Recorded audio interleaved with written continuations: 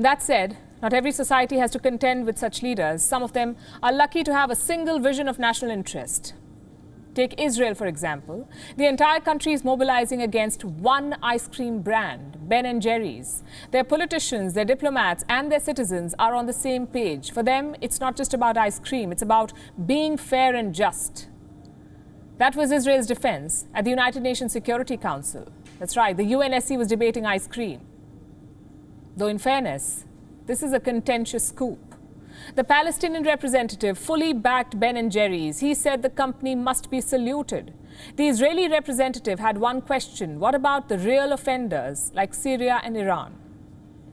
When this council fails to take strong action against the world's worst human rights violators like Iran and Syria, and instead singles out the world's only Jewish state, it is no wonder that companies like Ben & Jerry's and Unilever allow themselves to single out Israel for boycott.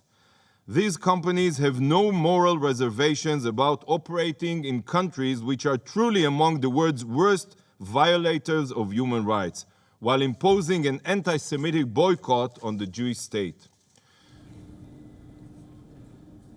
You may not buy their defense, but it's difficult to overlook their spirit. 90 Israeli lawmakers have written to the Unilever CEO. They belong to different political parties, different ideologies, but they have joined Israel's maximum pressure campaign. What's this campaign? We'll explain, but first some background. Last week, Ben & Jerry's made a big announcement. Starting 2023, they will stop selling ice cream in Israeli settlements, which means the West Bank and East Jerusalem. Israel immediately had a brain freeze. The government called it an anti-Semitic move. What does the company say?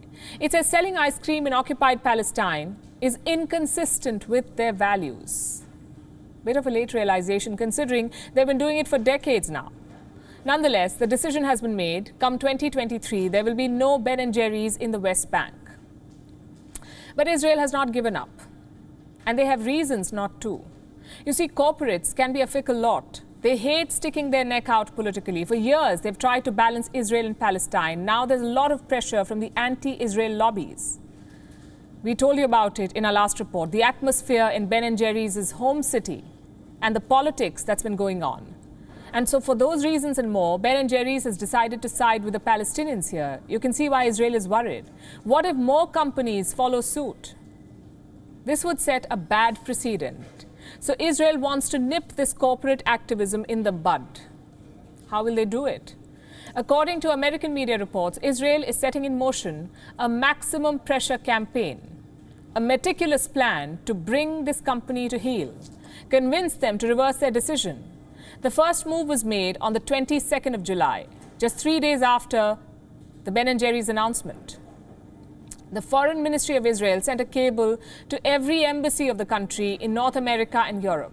Think of it as an instruction manual. This is what it says. Number one, mobilize Jewish organizations, pro-Israel groups and evangelicals. Urge them to protest outside Ben & Jerry's outlets.